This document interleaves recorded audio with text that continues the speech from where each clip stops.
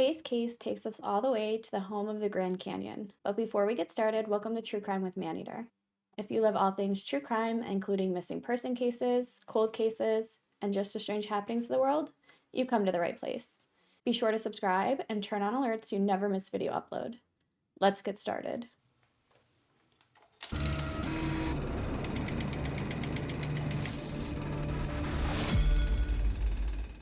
Arizona is the sixth largest and 14th most populous state in the US. It is a desert climate, so it's incredibly hot during the summer and has very mild winters. Many people love to go to Arizona to hike. There's some great mountains and canyons, and it's just a beautiful place to go and explore nature. But in 1973, during a 3-week period in October and November, there was a serial killer roaming the streets. On October 11th, 1973, a crime spree began in Globe, Arizona. A couple was enjoying the sun. They were sitting out and they were sunbathing when two men approached them and robbed them. The thieves would only make off with $5, and the couple felt lucky to be alive. What the couple didn't know is they had just been robbed by serial killers. These two killers would also pick up a hitchhiker. They'd tie him to a tree, steal his clothes, a ring, and $20. These two killers would hop in their car and make their way to Phoenix. When they arrived to Phoenix, they pawned the ring they stole, and then they robbed another woman, stealing $20. What these four people didn't realize is they were incredibly lucky that that's all that happened to them. Douglas Gretzler was born in May of 1951 in Bronx, New York. He was the second of 4 children, and his mother was a homemaker, and his father served as the president of the Tuckahoe School District. The family would eventually move to the suburbs, and they were regarded as an upstanding family. They were well liked in their community. There was no problems with the family. The thing is, Douglas did have some friction in his life as a young boy. His father was very strict. He believed in discipline. Even if that meant hitting or emotionally abusing your child, he expected all of his children to do well in academics, and he expected them to not disappoint him. Douglas would recall that his older brother, Mark, was by far the favorite out of all of the children. He and his younger sisters, Joanne and Diane, were compared unfavorably with Mark. And Mark was just this really big presence. He did well in academics. He was just a really popular and likable guy. Douglas, on the other hand, didn't do so well in school. He typically received C's or D's, and he was just overall unmotivated in the academic department. For most of Douglas's young life, he did want to appease his father, but eventually he grew tired of trying. And so, he would turn to disobedience and causing trouble. There was one thing that Douglas did love to do, and that was play drums. He very much enjoyed playing the drums, and he had a set in the family's basement. By 1966, he did start smoking marijuana, and his family didn't take that lightly. Upon learning about their son smoking marijuana, the family did set up weekly counseling sessions, and they did this to hopefully improve family dynamics and keep Douglas on track. They felt that he was veering off the wrong path. He didn't do well academically. He really didn't like to do much but play his drums and smoke weed. In August of 1966, the family would be shaken to its core. At the age of 17, Mark, the apple of his father's eye, would commit suicide. Days before his suicide, Mark had a confrontation with his father. It turns out his father discovered that Mark had stolen exam papers and made copies and handed it out to other students. He said it was a prank, but the school banned him from all senior activities. Apparently his suicide note didn't say why he was doing it or really anything at all, except he thanked his aunt for loaning him the gun. Douglas's father would take this incredibly hard. He turned to alcohol, and one evening, many months after his son committed suicide, he had drank a bottle of liquor and approached Douglas. And he flat out asked Douglas why it couldn't have been him instead of Mark. I'm sure it's psychologically damaging to hear your father come up to you and ask why you couldn't have committed suicide instead of your older brother. 2 years after his brother's suicide, Douglas's drug habit only got worse. But this time he was doing drugs like LSD. He was attending high school at the time, and his peers called him Lammy. And although he was on the football team and baseball, he really was just an average student and sportsman. And I'm assuming they called him Lammy because of his demeanor. Perhaps he was shy and quiet and really didn't put much effort into socializing with his peers. Douglas Gretzler would graduate in 1969, but to his father's dismay, he did not want to attend college. He would become a mechanic, he would work on cars, and for several months he was working at a local car station. In 1970, Douglas would get married, but it was a turbulent relationship. They had an apartment in the Bronx, which they purchased, but it seems that Douglas could not hold down a job. He kind of just bounced from job to job, and that was causing a stress on his relationship. His wife did work full-time at a local bank, so I'm sure she was frustrated at the fact that she obviously could hold down a full-time job and was pretty much the provider at that point.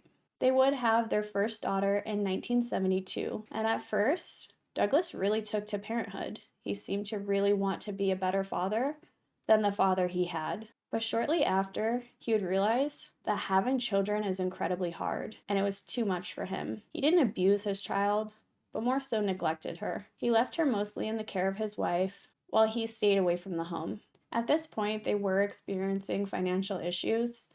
I'm sure his wife couldn't work as much because she did have a child, and he could not hold down a job. So he did turn to petty crimes, though it doesn't appear he was ever arrested for these. And then in the fall of 1972, Douglas was working at a concrete factory, but on December 26, he would just abruptly leave his job. He would wait for his wife and baby to leave the apartment. He would go in, pack a bag, and he was determined to head to Colorado without his wife and child. The next day, he would arrive in Wyoming, where he stayed for 6 months before he drove to Denver. I did mention that there was 2 people during these robberies, and there would be 2 serial killers on the loose. And when these 2 men joined together, they were a ticking time bomb. Willie Steelman was born in March of 1945 in California. He was the youngest of 3 children, and his father worked as a foreman on a farm. Apparently, the family had very little money, but they seemed to be very close-knit.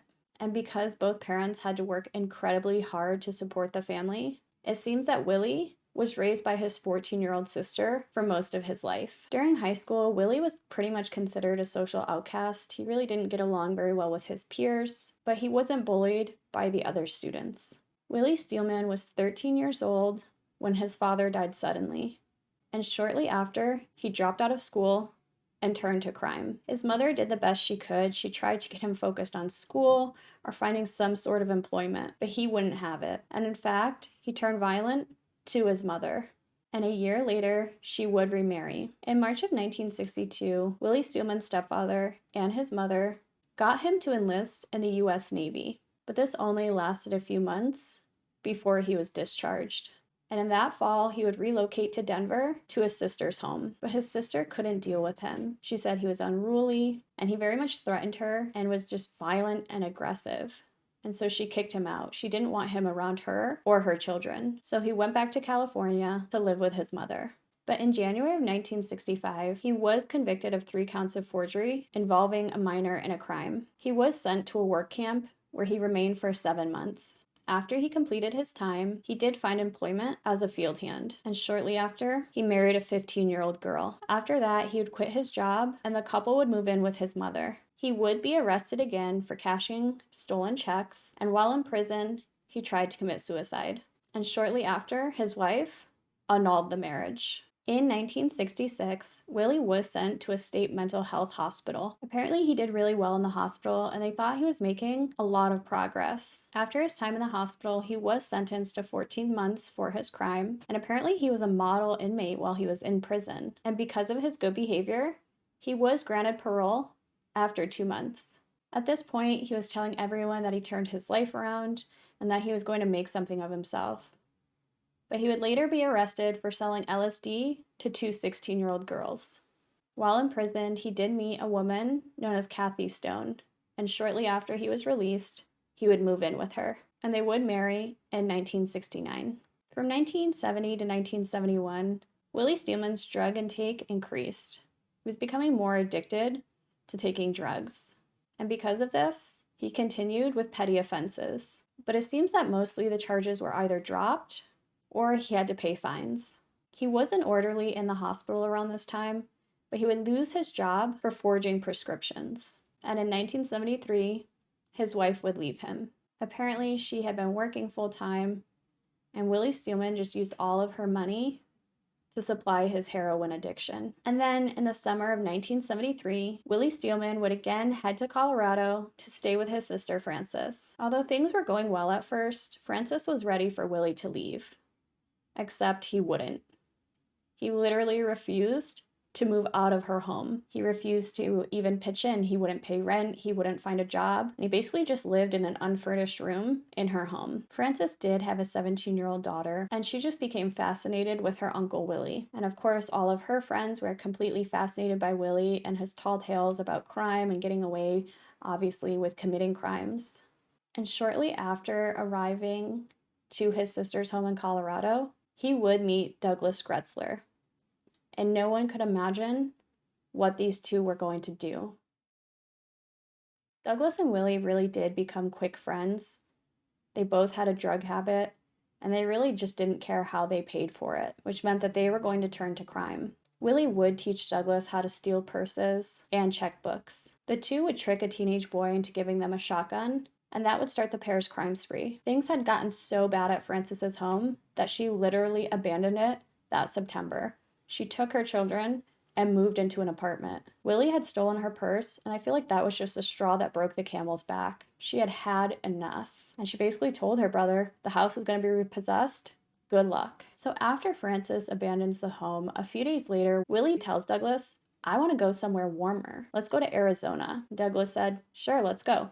They would also take a 17-year-old girl known as Marsha Renslow with them. She said that she had an acquaintance there and was hitching a ride with them. But it seems that she was completely fascinated by Willie and Douglas. On their drive to Arizona, they stop at a motel to get some rest. But that evening, Douglas accidentally discharged his firearm through the window of the motel. They got in their car, drove away, and then slept in the car. And then on October 13th, they arrive in Globe, Arizona. And that's when they rob that couple sunbathing. Hours later, they would rob that hitchhiker, tie him to a tree, steal his clothing and his money. They would pawn that ring and rob another woman when they arrived to Phoenix. The trio's plan was to go to see Marsha's friend Catherine, and apparently Marsha was just completely infatuated with Catherine. On October 14th, the trio did arrive to Catherine's known address. They would quickly learn that Catherine had separated from her husband and was now living in a trailer park with another man. The thing is, Catherine's ex-husband provided the wrong address. They don't know if it was intentional or if he just really didn't know her actual address.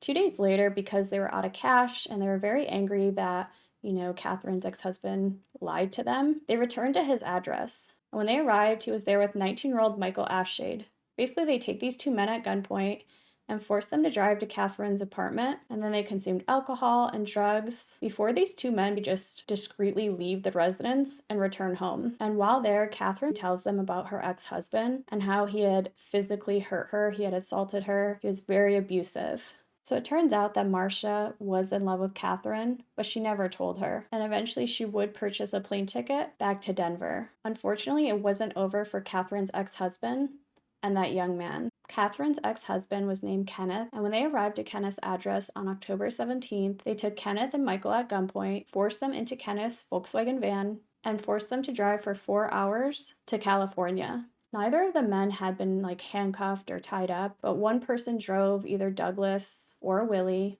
while the other just pointed the gun at them. The next morning, they did reach Oakland after driving for about 7 hours. Willie told Douglas to park the van next to Little John Creek and Knight's Ferry. They would take both men out of the van and force them to walk to the creek bed. At that point, the men asked, "What's gonna happen, man?" At this point, they were both bound with a microphone cord and rope, and Willie said, we're gonna abandon you here, and you need to wait about 1 hour before attempting to let yourself go. Unfortunately, that wasn't the plan. It appears that Willie and Douglas did walk away, but just a few minutes later, they returned to the creek bed. Willie would partially strangle Kenneth before stabbing him to death, and then he would help Douglas strangle Michael Ashade to death. They would strip both of the men and put them under bushes. Unfortunately, the next morning, the pair's van would break down, the van they had stolen from Kenneth. They would flag down a young couple who would pull over and give them a ride. Unfortunately, they didn't know what they were in for. James Fulkerson and his wife Eileen were abducted at gunpoint, and forced to drive. At one point, James said, "I know I don't have much say in this, but please don't hurt Eileen, okay? Please don't hurt her." Apparently, this deeply upset Willie, and he pulled him out of the car, and he said that he had, quote, "every intention of blowing your fucking head off." They put him in the trunk. Unfortunately, Willie did try to rape Eileen, but he was unsuccessful. They did rob the couple, but luckily, they released the couple, and then they stole a car and took off. By this point, both Willie and Douglas realized that Catherine and her boyfriend Robert could link them to the disappearance of Kenneth and Michael. So they decided to head back home to Arizona. They would pick up an 18-year-old hitchhiker named Stephen Allen Logren in Monterey Bay, and he wanted to accompany them to Arizona. They would arrive at Catherine's address, and they introduced Stephen, and basically the five of them spent the evening drinking and smoking and doing drugs. But Willie had become more resentful of Catherine, discussing topics about white magic and astrology and reincarnation, and he also didn't like Stephen's conversation about sports-related topics. So on the afternoon of October 23rd, Robert took Catherine to work, and obviously back at their house was Willie, Douglas, and the hitchhiker Stephen. And Willie would start a fight with Stephen, but it turns out this Stephen was about 6 feet tall and weighed 180 pounds. So he did win this fight. Willie was just incredibly angry at this point, so he grabbed his shotgun and his sleeping bag. He forced him at gunpoint out of the apartment, and they drove to the Desert Gully, where he forced Stephen out of the car. He took his wallet, he told him to crawl inside the sleeping bag, and then he shot the teenager in the head. And the two would just return to the trailer like nothing happened. By October 24th, Willie convinced Douglas that it was time to murder Catherine and Robert. Willie told Douglas, "Hey, we have no choice. They can link us to the disappearance of her ex-husband and his friend Michael, and she's basically into like some weird things, and I just don't like her. We need to get rid of her." So that evening, when Catherine was at work, Douglas did sneak up on Robert Robbins and strangled him with an electrical cord. They would then shoot him in the head to ensure that he was dead, and then they just put his body beneath a mattress to hide it. Willie would go pick up Catherine from work and say that he drove Robert out of town that day. Next morning, the three of them drove to a convenience store, and Catherine told Douglas and Willie that she was relieved that both Ken and Bob were out of her life. Instead of going to work, she said that she wanted to do some cocaine, but Willie said, "No, you have to go to work," because they knew that they needed to dispose of Robert's body, which makes me question if they debated killing her or not, because why did they care about disposing of his body if they were just going to kill her anyways? That evening, Catherine was kneeling down to conduct a seance on this altar that she had made. So as she's kneeling down to do this seance, Willie comes up behind her, points the gun at her head, and shoots her. Pretty quickly, friends and family knew that something was wrong. They couldn't get in contact with Catherine or Robert. And on October 28th, their bodies were found. Investigators would quickly learn about two men named Bill and Doug who had been staying at the trailer. And they also learned about a young girl named Marcia from Denver who had stayed at the trailer approximately a week prior. And a witness was able to tell investigators that Bill claimed to come from California, whereas Doug had a very notable New York accent, and that they had planned to travel to San Francisco. They were able to track down Marcia, and she wouldn't cooperate until they showed her the pictures of the crime scene. And that's when she told them everything she knew. She told them about robberies and carjackings. She told them about the motel room and stolen checks. Of course, investigators tracked down all of this information and then issued warrants for the suspects. After the murder of Catherine, the two of them headed to Tucson, Arizona, and they would travel by bus after stealing money from Catherine after murdering her. They would arrive to the city on October 27th and stayed in a cheap boarding house. And while there, they met a young woman named Joanne McPeak, and she was the younger sister of the landlady, and the landlady's name was Susan Harlan. On November 1st, both Douglas and Willie decided that they needed to leave the boarding house. So they would start by hitchhiking close to the University of Arizona. That's when they saw a Dodge Challenger with 19-year-old Gilbert Rodriguez Sierra at a stoplight. Willie basically walked up to him and thanked him for stopping and said, "We need a ride. Need a car. Your car." Forced him into the back seat at gunpoint, and Douglas began to drive. They told this young man that Willie was a notorious hitman, he was on the run, and that they just, quote, wasted a cop. Douglas would say that he didn't know if this young man believed them. He just kind of stared blankly at Willie, muttering a brief sentence in Spanish as opposed to English for the first time. They would force this young man into the trunk, and then they drove to Joanne McPeak and her partner's house told her to come with them, and they purchased drugs, and Willie told her, "We got a dude in the trunk, he's a narc." Joanne said, "I don't believe you." So he did go through the glove box for identification, and then he shouted, "Hey, your name Gilbert?" To which the man in the back replied, "Yeah." Willie would just then casually ask Joanne and Michael, her partner, for directions to the desert. When they arrived to a deserted canyon, they pulled this poor 19-year-old man out of his car. They forced him to take off his t-shirt, told him to get on his knees, and accused him of being a narc and a pig. Willie attempted to shoot this man twice, but the pistol kept misfiring. And at this point, this 19-year-old boy, he gets up and he tries to run away. But Willie was unfortunately able to shoot this kid in the back. And as he's running, he gets shot in the back and he collapses to his knees and he falls on a cactus and then down a small ravine. Apparently, Willie would run down this ravine after this 19-year-old boy and then shoot him in the face at close range. And it's noted that Douglas laughed as this was happening. Eventually, they would return home, do a bunch of drugs, and then the next day they would wipe down this man's car and the gun and abandon it in a parking lot. But the pair wasn't done yet. On November 3rd, Vincent Armstrong saw two men hitchhiking close to where that 19-year-old boy had been abducted. So he stopped and offered the two men a lift, and of course, they took it. But he didn't know who these two men were and what they had been up to. As they got in the car, Willie points a gun at him and presses it into his torso and tells him to keep driving. Eventually, Willie would force him to pull over and make Douglas drive. At this point, Vincent Armstrong knows that he has to do something. And as Douglas begins to drive, he flings open the door and throws himself to the ground. And he hits the pavement, he shatters his glasses, he is hurt. And as he's trying to get his bearings about him, they notice that the vehicle makes a U-turn and is coming back towards him. And so he jumps over kind of this small wall and he runs towards a church parking lot. Of course, Willie and Douglas see this and they speed away. He was taken to the hospital and police would arrive. He would tell them what happened. They would go to the scene, they would find his glasses, and then they would ask him to do a sketch of the suspects. After this happened, Douglas and Willie are just driving around aimlessly. It really does seem like they had no actual plan in life. Like they just drove around aimlessly. They did whatever they had to do. They murdered people. They stole from people. They took cars. And that fueled their drug habits. That gave them something to do, I guess. So as they're driving around Tuscan, they see a 28-year-old former Marine captain and student teacher named Michael Sandberg washing his car. They approach him and they threaten him with a gun and they force him to take him into his apartment where his wife Patricia encountered the trio as she was making food in the kitchen.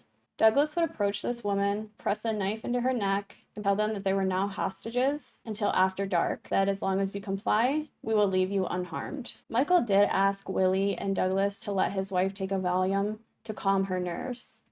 They complied, she made them food, and then the two men decided that they needed to change their appearance. And so that's what they did. Douglas would dye his blonde hair brown, Willie would shave his mustache, and then he asked Patricia for makeup to cover his black eye. They would steal clothing from Michael's closet, clean themselves up. They would take Patricia, bound her arms behind her back, and forced her into the bathroom and told her to remain on the floor. They would then take Michael, force him to lie face down on the bed, and then they bound his ankles and his neck so that if he were to move, he would choke himself. Minutes later, they would go into the bathroom, they would drag Patricia out, and they tied her up even more.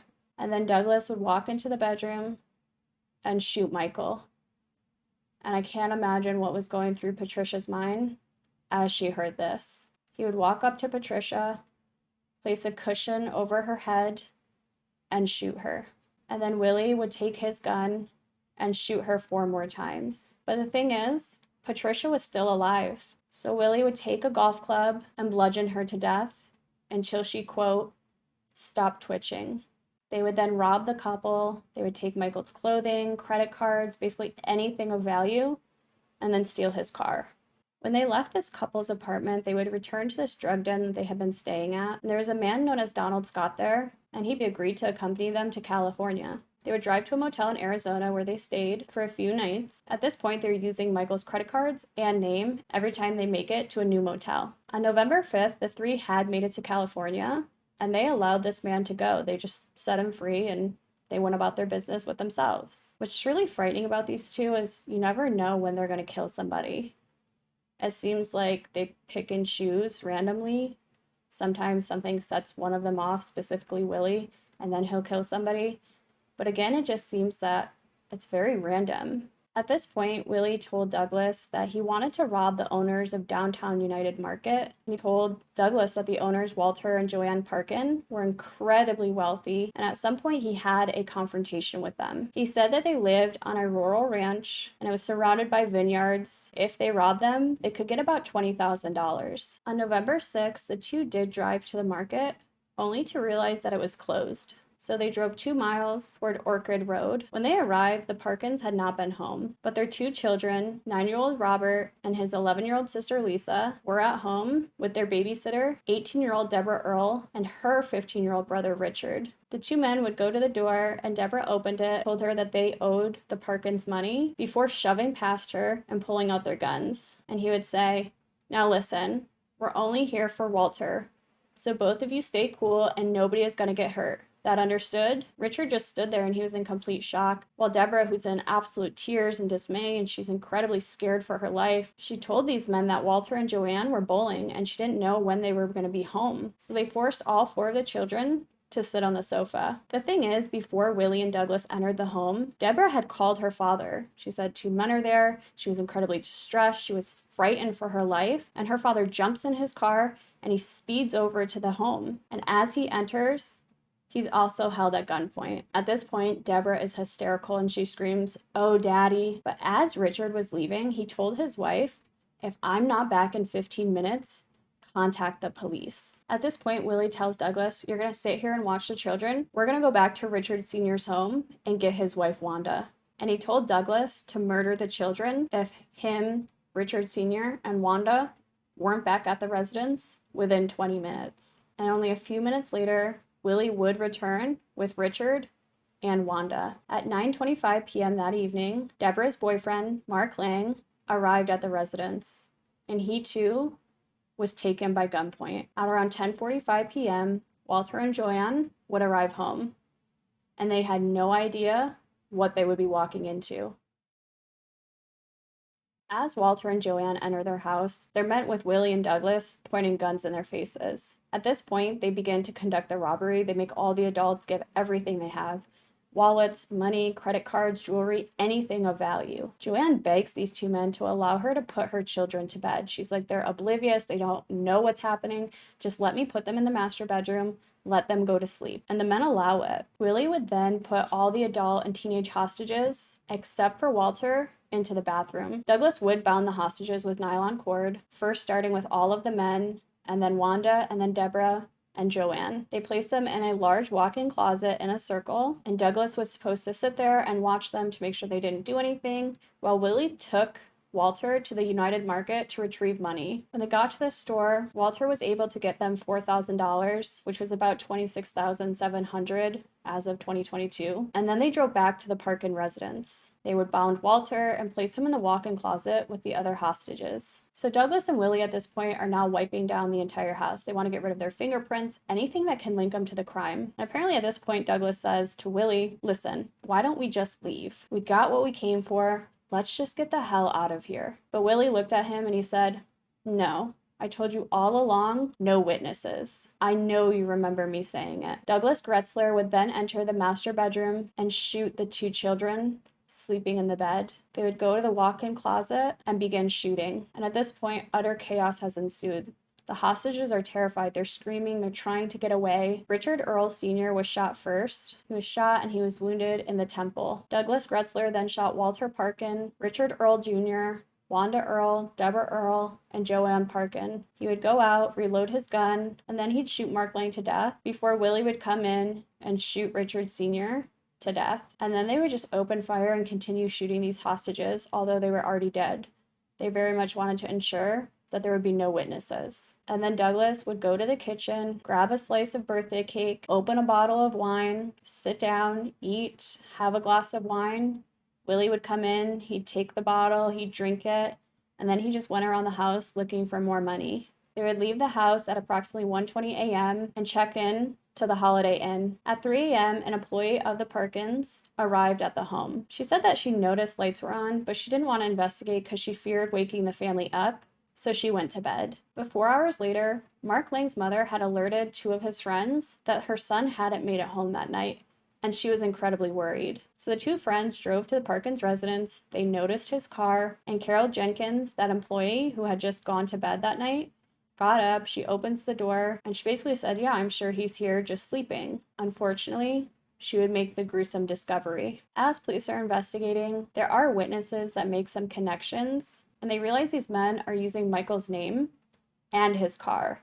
And by now they knew that Michael had been murdered. So at this point, APBs are put out for Douglas Gretzler and Willie Steelman. And then on November 8th, California authorities get a call from an individual who says, I was just with these 2 men, I know where they are. At this point, individuals are calling and making connections for the investigators. They're saying, Douglas and Willie were here, I saw them here. They're giving all of this great information to police to connect them to these crimes. So on November 7th, both Douglas and Willie leave the Holiday Inn and they want to go to Nevada so that they could lay low. They do check into a hotel in Sacramento and they pay in advance for 3 days. Willie would sign in with the name Will Simon, but Douglas Gretzler signed in using his actual name. On the next morning, the 2 would purchase a newspaper, and on the front cover was their mugshots. And they realized that they were the prime suspect in 11 homicides. And they decided that they had to flee from California right then and there. But as they're leaving the hotel lobby, the hotel clerk recognizes the 2,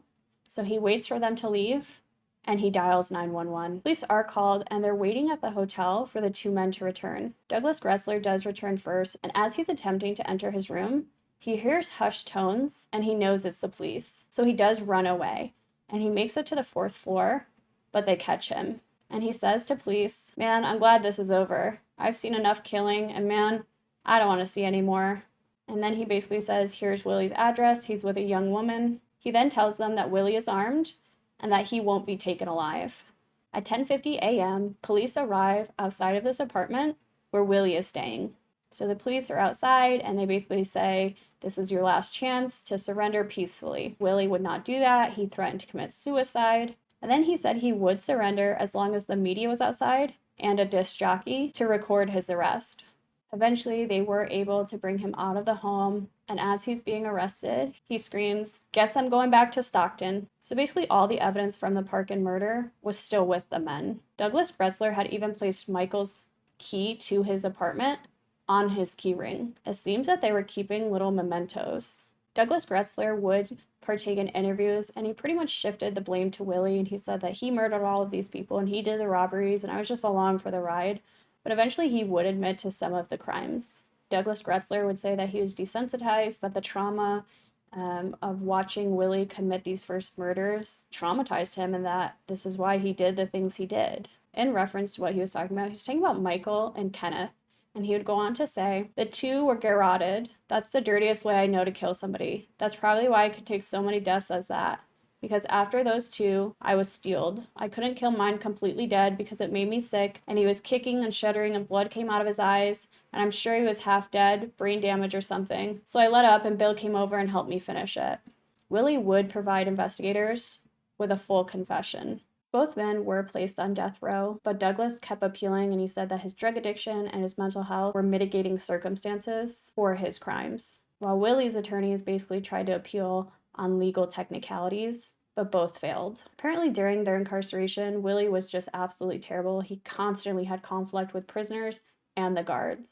And while he's in jail, he's corresponding with numerous people. He basically told them that he was a Jewish child raised by a Japanese family, and that he only committed his crimes due to despair of having been abandoned throughout his whole life. He said that he was a Vietnam veteran, and he said that he murdered Michael and the Parkins families due to their involvement in narcotics trafficking. He said that he was studying to be a church minister, he had repented for his crimes, and a lot of these people did send Willie gifts and money. By 1980, Willie was diagnosed with a liver disease, and they basically told him that he had 3 years to live. But in 1986, he would succumb to his illness and die.